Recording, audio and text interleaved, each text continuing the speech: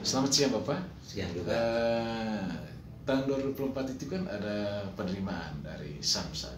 Jadi pertanyaannya itu penerimaan dari Samsat itu disetor ke mana? Yang kedua, besaran tahun 2024 itu berapa? Targetnya berapa? Dan realisasinya berapa? Ya.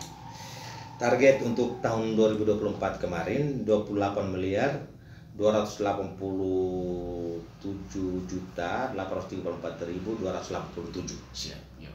Nah, pencapaiannya 23 miliar 481.708.848. Siap. Ya. Kemudian rencana tahun 2025 bagaimana? Targetnya berapa? Targetnya 44 miliar 700-an sekian, Pak. 4 miliar. Ya. Kemudian mungkin kan sudah mulai Januari, sekarang kan sudah tanggal 20 nih kan ya. Iya. Jadi sampai dengan hari ini mungkin ada penerimaan kecil-kecilan. Penerimaan untuk sampai dengan hari ini 1.900.000.000 lebih, Pak. Oh iya. Jadi baru 1 miliar lebih. Iya. Yuk, terima kasih. Selamat siang.